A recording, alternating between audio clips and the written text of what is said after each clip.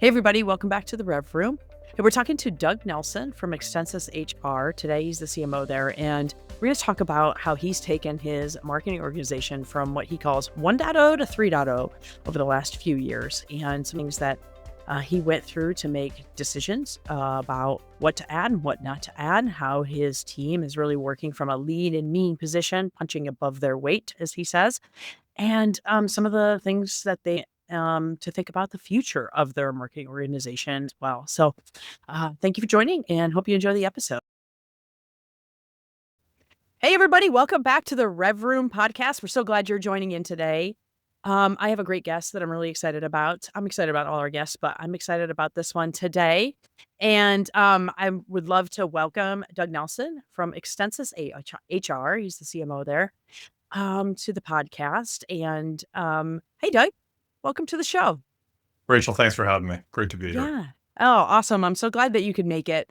And we're going to really dig into how you have worked to really build a marketing organization that's what you've said to me is kind of punch above their weight. And I'm really excited about sharing with the audience about how you've done that and some ideas that they may be able to take away with them to go do that in their own organizations. So Doug, tell us a little bit about yourself.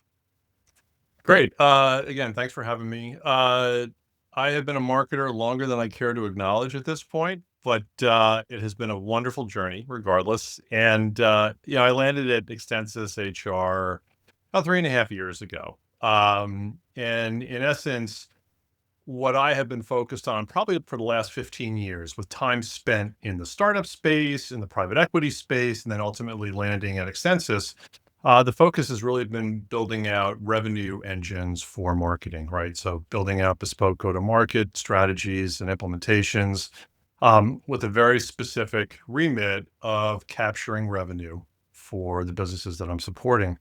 And I think, again, having been a marketer for quite a while now and watching the evolution of marketing from a strategic standpoint, from a technology standpoint, and all the while trying to keep up. And are we doing the right thing? Am I on top of this?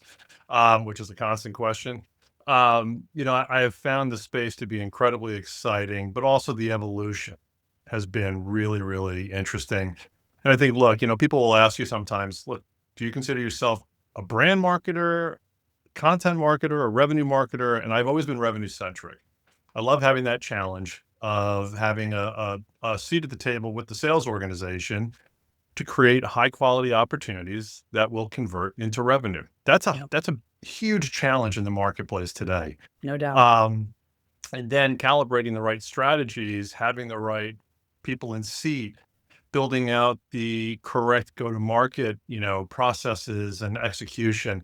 It's a lot. But it's also incredibly fulfilling. And again, the last 3.5 years at Extensis have been an incredible experience, fully supported by our leadership team, by our ownership.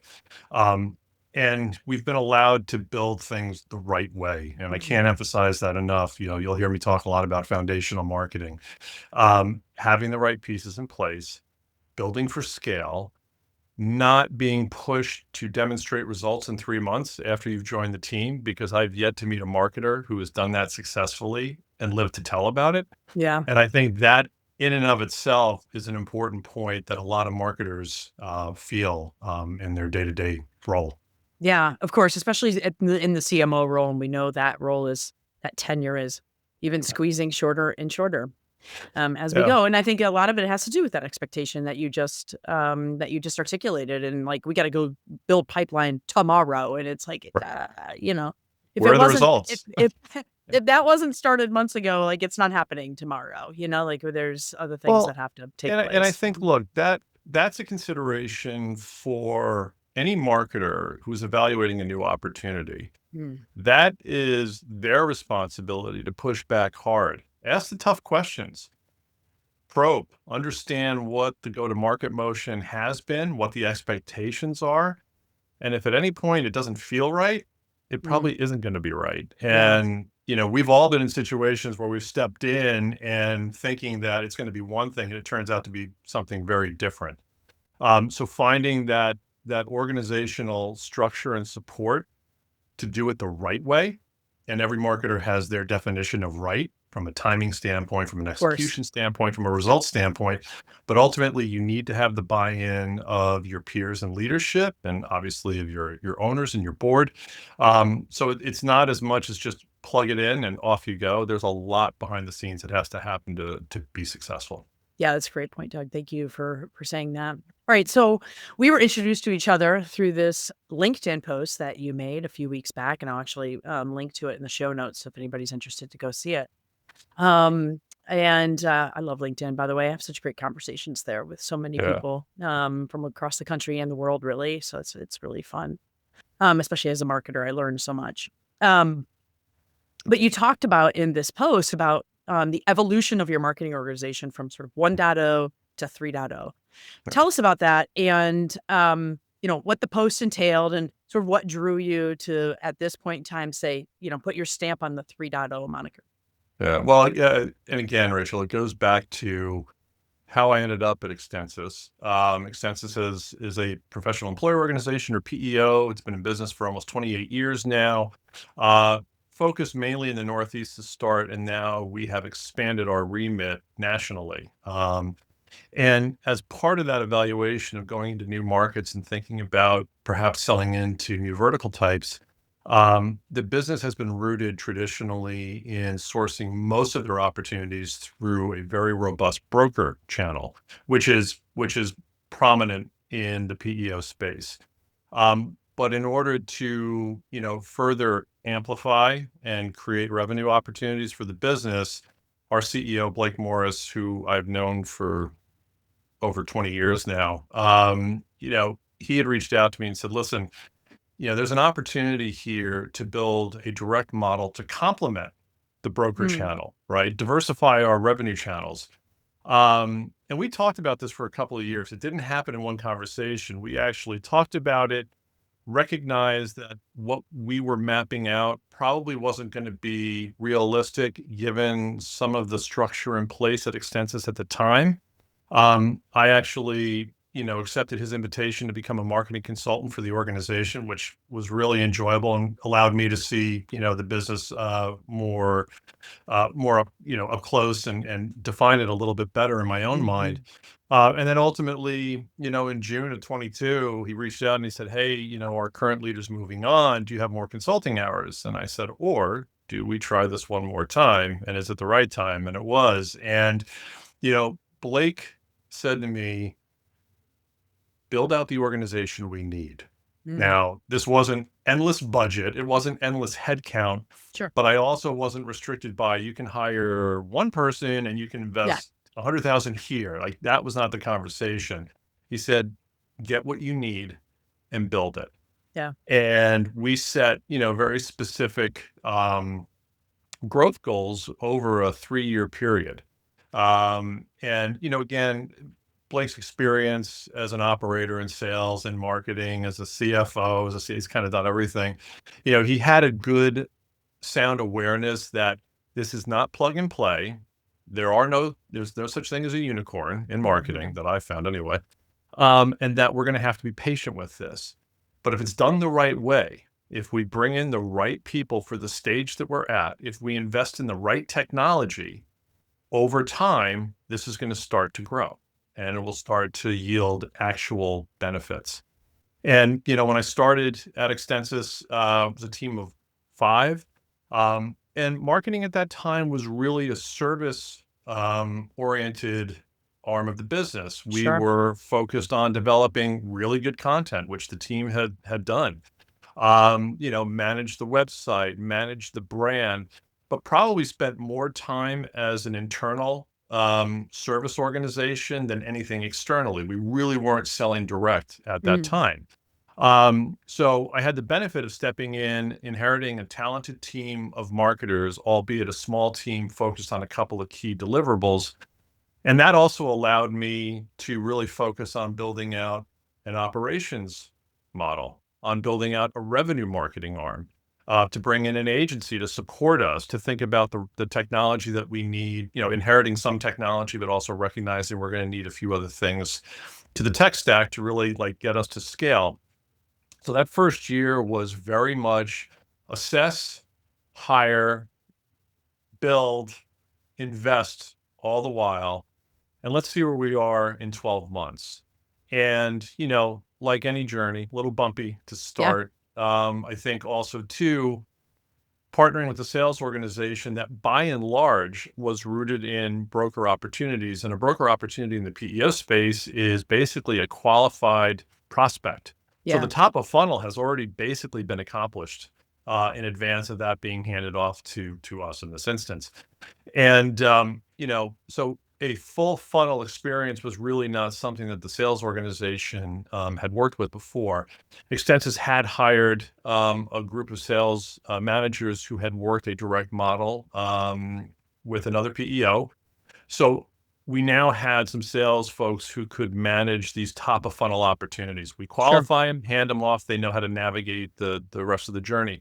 That was an important component, and that's where you Hmm. start to see success.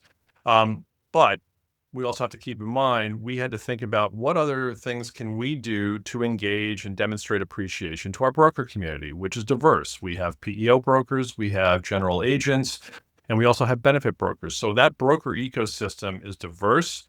It's incredibly important, and we started to think about how can we get in front of our brokers more often? How can we demonstrate our appreciation? So we started to build out specific strategies for that channel as well. Yeah. Yeah. That's great. Doug, let's go back to sort of the starting point where you were said, hey, get what you need, not do what you want, but get what you need. And I Yeah. love that. What a freedom in that, to be able to do that. A lot of people go into a job and don't have that opportunity. So, Right. blessings to you for sure on that one. Talk a little bit about your evaluation process, though. Like, how did you determine the priorities in which you did, what the needs were that you had, and even what are some of the things that you had to say no to in that process? Yeah. So I mean, there are so many things top of mind on that Mm, question. I think first and foremost, I had to address the technology that was in place. And, you have an opportunity, and I've been in this instance, situation before where it's just the wrong technology for the go-to-market motion we're trying to build. In this situation, we're a Salesforce shop. We've used Pardot, and I've worked with Pardot before. I'm like, okay, great. I don't need to do anything right now. There are things we can do to become more efficient and more yeah, strategic, but the technology, the basic technology was in place. What I had to think about was, what's the website doing today? How much organic traffic can we drive in? And again, I'm always going to keep top of mind our organic footprint, and from a cost of acquisition standpoint, we really want to be focused on, not shockingly, the most efficient use of our budget to bring prospects in and convert them. sure. But it was really a combination of thinking about, we had nobody running marketing ops. That was incredibly important. You do not want me trying to run marketing ops. That would not work out well for anybody, Same. Mhm. but smart enough to know that, we need somebody in seat. So that was my first hire, to bring somebody in to really, help us optimize Pardot, think about, how fields are structured in Salesforce. Like, there was so much back end work that had to be done. Yeah. And that in and of itself is an evaluation process. It's interviewing the sales organization. It's understanding like how we're capturing and reporting on to finance. Like, there were so many different parts of the organization that had to be brought into this process that just had not happened before. Sure. So, a lot of like very defined heavy lifting occurred in the first 6 to 8 months. On top of that, I had to think about, okay, I need to build out a revenue marketing arm. And that's kind of where I, have most of my experience. But again, it was looking at the technology available in the market and marrying it to the, prospect base that we're trying to engage and convert. Mhm. And I think what you realize early on is I could throw 10 different pieces of technology at this problem, and I may create more issues for myself down the road. So let's simplify this. Having worked in the PEO industry previously, I had a good handle on our, primary target audiences, the personas that we needed to engage, and what kind of story we wanted to tell. We also had a challenge around, our brand was relatively well known in the Northeast, but as we started to move south and west, it was more of like Extensis who. So Yeah, we had an education process that had to be implemented, and how do we amplify and build trust and authenticity with, excuse me, prospects who had never heard of us before. yeah, So, there were things that were very top of mind early on. And then it was, okay, we're starting to get the pieces in place. How do we ramp this up? I have a portion of the sales organization that, not shockingly, want more. Give us more prospects to engage, give of us more course. deals to work on. And we had to refine our qualification process to ensure that what we were capturing and handing off had a degree of success at the bottom of the funnel, and that took some time too. Yeah. I'll share one thing I had, and marketers tend to do this marketer included. You know, you have a playbook or playbooks that you've used before, and you have partners that you've used before as Yes. well. And I leaned into a prior partnership that had done very well on the paid side of the business, brought them in, and it was anything but this time around. Wow. And this was 6 or 7 months into my tenure, and I had a very blunt conversation with our, SVP of sales and with our CEO, Blake, and our CFO at the time, and I said, "Guys, this isn't working. Like, I'm gonna have to move on from this partner.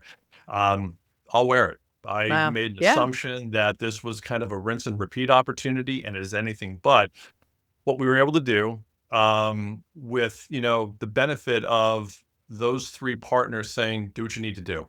You know, you own something and you move on and you have a plan, it usually works out okay. But those are the types of things that, happen as you're Yeah. building and you're trying to move quickly and you start to make assumptions, and this one was an incorrect one. Mm. But ultimately worked out okay.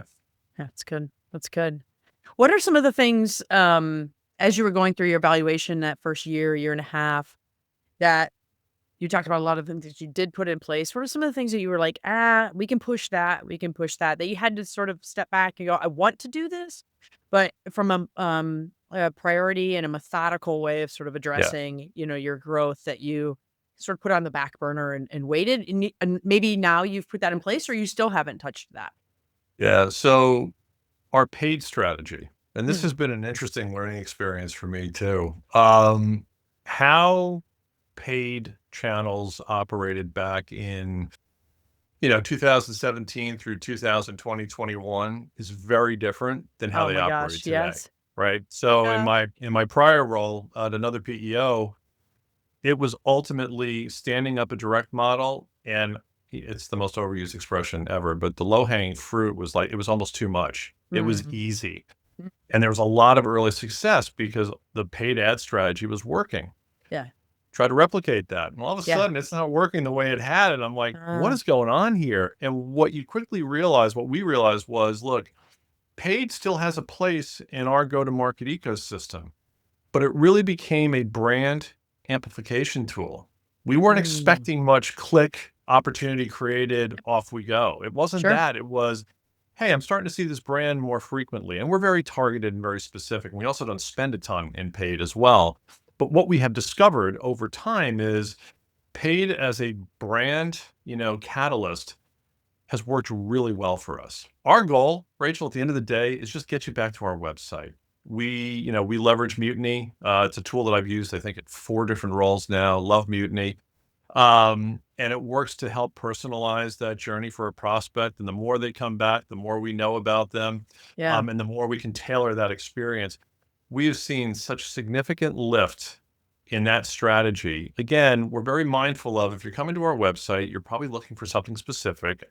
I want to make it as easy as possible for you to find that information. It's still not perfect, it never will be, but I Sure. do think we've created a much better journey, a more fruitful journey for prospects, and our broker partners as well. There's a lot of information that as a PEO we want to share with brokers. We've made that easier too. But I think that the paid strategy is one area. Um, Email marketing is, and this is going to sound odd as a marketer, I have a love-hate relationship with it. Yes. In part because we get a ton of email every week, right? Yeah. And most of it I ignore. But I also have found in our go-to-market motion here, especially when we're entering new markets and trying to educate a specific vertical about our offering or offerings and why it might be, something that they would be interested in.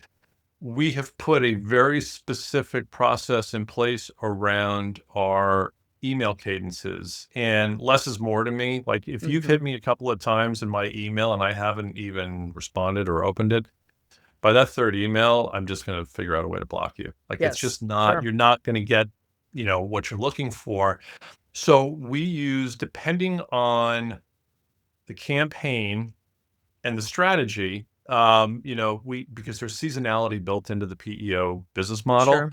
Hmm. Some have a quarterly cadence, some have an annual cadence, and all of us know how to compete against each other and when these renewal cycles are coming through. So depending on what action we're trying to get a prospect to take, we lean into very brief emails. Cadences can be as few as two. We did a closed lost campaign a couple months ago. It was one email. It was a friendly reminder. We had a great conversation a year ago. If you're still in the market or thinking about moving to a new provider, we'd love to Yeah. speak with you. Yeah.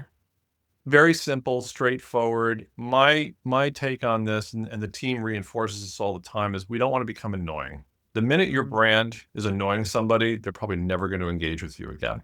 Yes. That's important. I think the other thing that I would point out too is we had zero presence from a review site perspective, and we partner with G2. And again, a lot of us use G2, and I think people by and large still feel like G2 is a valuable platform to Hmm. get your messaging out, to really Sure. demonstrate what you do well, how you compare against others. G2 has been a great catalyst for us as well. And again, it was really getting us, getting the right number of customer reviews on there, making sure that we had a process to continue to do that quarter over quarter. And then you can look at Reddit and how our Yeah. brand is portrayed and spoken of in Reddit. If you had asked me, what's your Reddit strategy 3 years ago, I'd be like, huh? Well, that's Yes. changed, right? Yeah. But that's kind of that's the fun part of this too. And you're going to be in a conversation. Most of us, and I think both of us would be prime examples of, we are decision makers, we are buyers. Yeah. I don't buy a piece of software or a solution without talking to a couple of my peers first. Sure. That's just the way this works now. Yeah. And, again, having a strong customer advocacy in place, and thankfully we do, that we tap into regularly, has been a huge benefit to help us scale over the last few years. Yeah, that's great. You also talked a little bit about when we spoke earlier was around direct mail and Yeah. that you've been leveraging that channel as well. Tell us a little bit about that. Yeah, vintage marketing, as I like to Yeah. say, says the marketer. Yeah, well, it's funny because direct mail has gone through numerous iterations over the last 15 years. Mhm. And again, the pandemic, obviously, and coming out of that completely upended, a marketer's ability to find, locate your target audience and then send something to them. Um, and what we have found is that now that, in office, hybrid, fully remote has become more standardized, it's been easier to engage, depending on the vertical, Yeah. where our personas are and how best to reach them. Um, and our direct mail strategy, and we complement that. We leverage Sendoso, so we have a direct mail and gifting strategy that's worked really well for us as too. But what we really focus on is, look, you don't know much about us, right? So it's a way to introduce Extensis HR. Here's a solution or solutions that we can provide. And there's an option for you to learn more. And we try to be clever with our direct mail. We don't try to overdo it. We've had some fun with different gifting that we've put in the direct mail. We've used it specifically. We have a specialized offering for a cohort of schools, charter schools, private, parochial, and independent schools. Oh yeah. Our school cloud offering is unique in the industry, but we also had to find a way to introduce that to the industry. And you have to calibrate based on how a particular school cohort runs their business. Mm. So there are timings involved. There's a different audience that you're engaging. But we use direct mail for that school cohort, and it's worked out really well. We've got a lot of hand raisers, people wanting to find out more. And again, it's more of like this is our way to introduce Extensis. It's Mhm. not necessarily going to get a deal closed quickly, but it is a very, I think, tactical way to engage. And also, too, we're driving people back to our website. They're learning more about us. They start to engage more. So again, more of a long game. Yeah. But direct mail has been very effective, and we're going to be using it to target other verticals as well Yeah. this year. That's great. We actually did a whole episode. We did a whole series earlier this year in season 2 on underutilized channels, and direct mail was one of Yeah, those, and had a great episode on talking a little bit more about that. So, if anybody's interested, they can look back in the archives on that one. Um, let's pivot back a little bit, Doug, to your organization and your sure. team, and Yeah, you really are running from the success that you have, sort of a lean and mean team. So talk a yeah, little bit about the sort of the things that you're covering, the importance of the team that you have, and how you're able to sort of punch above your weight, and really perform in such a high level. yeah. I think, look, this comes down to the individuals first and foremost. And I think I had the benefit of inheriting a really talented group, specifically on the storytelling side. And they produce quality and volume in a way that is very different than most of our industry. They're storytellers. They also illuminate with their content. And that in and of itself has been a huge boost to our credibility. Um, and then you really think about, and our organization has three distinct functions. It's the corporate marketing team, which is content, PR, comms, brand design. Um, and not only are they servicing our go-to-market efforts and engaging both our prospects on the direct side and our broker partners, but they're also fielding over 400 internal requests a year. Mhm. This is a small team. Wow. So they do a lot, and they do it really well. I'm biased, obviously, but Of I think they course. do it really well. And I think there's a very specific, balance that has to be achieved, and we have looked for efficiencies Mm, internally with some of the requests we used to get. Then I'm like, guys, we shouldn't be filling these requests anymore. Like, we yeah. can Yeah. provide tools or suggestions on how our colleagues can do this themselves. Small wins, but over time that accumulates. Yes. Building out an operations arm. We have gone from a 1.0 to a 3.0. It's really go to market architecture now. And we've got a great team in place. And it's really thinking about what our marketing strategy, and our technology and our motion will consist of over the next 5 years. That's what we're building right now. We've got a great Mhm. team in place there. And then the revenue marketing team. And this is just a group of marketers who really think about how do we build campaigns of size, scale, targeting a variety of different verticals. We service as a PEO, we have 18 or 19 white collar verticals that we market to. Wow. What we've done with our go-to-market strategy is marketing focuses on 6 or 7 of those verticals. That's rooted in data, where we see the most success and we see the engagement and success and what converts. So we've been very prescriptive about who marketing is going to focus on, right? From a Mm, brand perspective, we're servicing everybody, right? But when we start to think about specific verticals, we know a lot. We have 2.5 years of like good data that tell us who typically engages through organic, what paid strategies are helping to move that organic needle forward, who is, coming to events and engaging with us that way. So we measure each channel to mm, the vertical to really understand, like, okay, marketing can definitely move the needle more efficiently in these 7 verticals. That has been a huge help. And then, again, due to the seasonality of our business, and the proliferation of PEOs. There are over 400 PEOs, both from a national perspective and a local. Like, you can have large national uh, brands and you can have hyper specific local brands. We think about what's it going to take for us to stand out in the markets that we're moving into. And, we're very thoughtful and strategic about moving into markets where there's good PEO awareness, where our particular brand of PEO stands up well. And that would speak to how we've moved into Texas and California as an example. But getting back to the team question, the revenue marketing team is really focused on website optimization, developing go-to-market plans. We're building out a whole video content strategy for this year. We're going to be partnering with an agency to do that.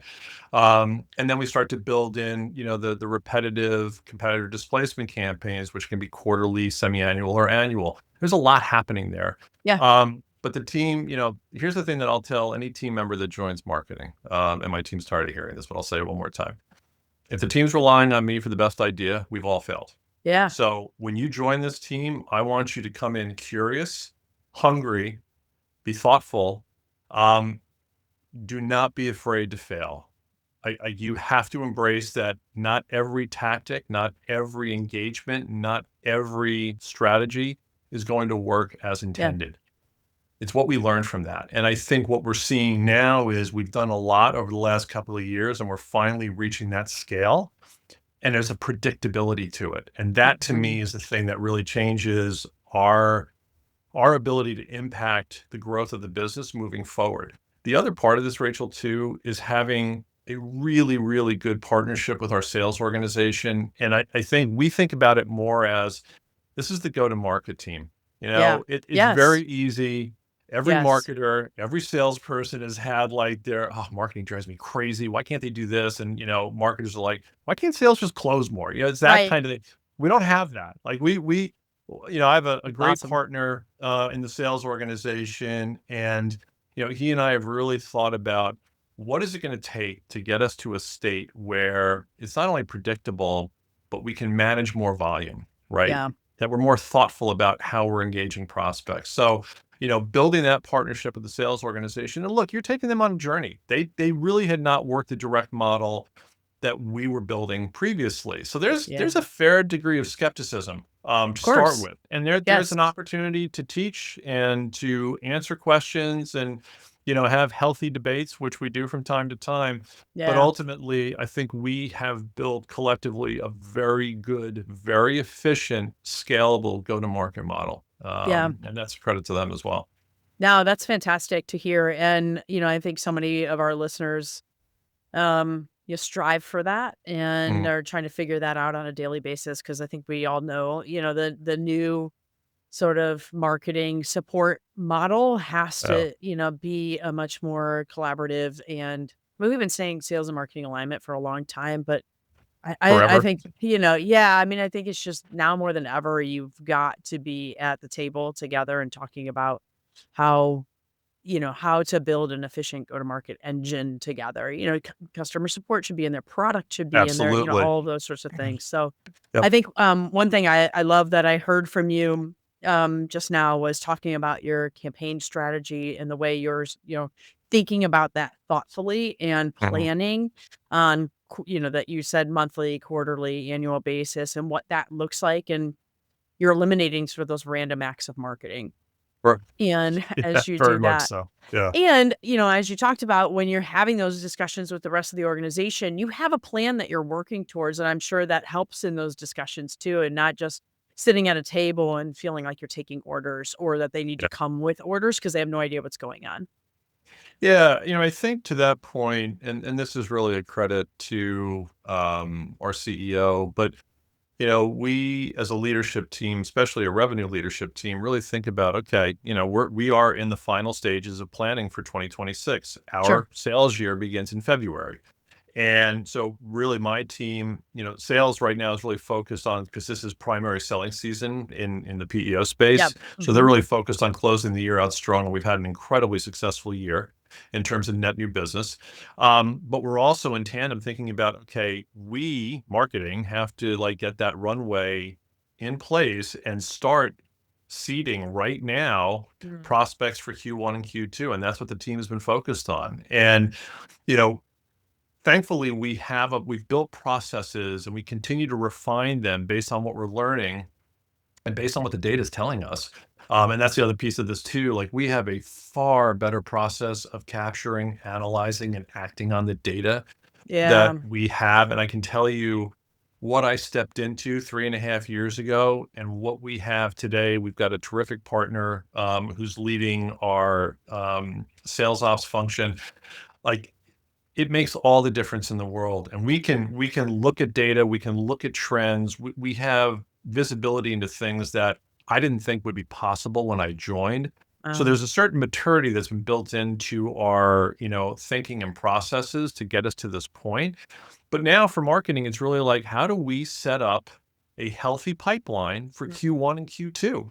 yeah, And that is top of mind for us. And it's not just, we have two distinct flavors of marketing attribution. We have originated deals, so we've sourced it through a marketing activity or channel that we hand off to our sales organization, and what we can influence, right? And those things, along with figuring out our attribution model, are really top of mind for us, but have also allowed us to start making very precise bets yeah, in key markets. And I'm confident that the bets that we're making are going to yield the results that we're going to look for at the end of 26. yeah. That's fantastic. All right. Well, before we close out, Doug, one last question for you. Yeah. And I think it's like from today and sort of looking into the future, and you think about your organizational structure and the individuals that you might need to add or not add even Yeah. on your team, especially in this age of AI. We'd be remiss if we had an episode that didn't talk Oh about AI, boy. but it's Yeah. there.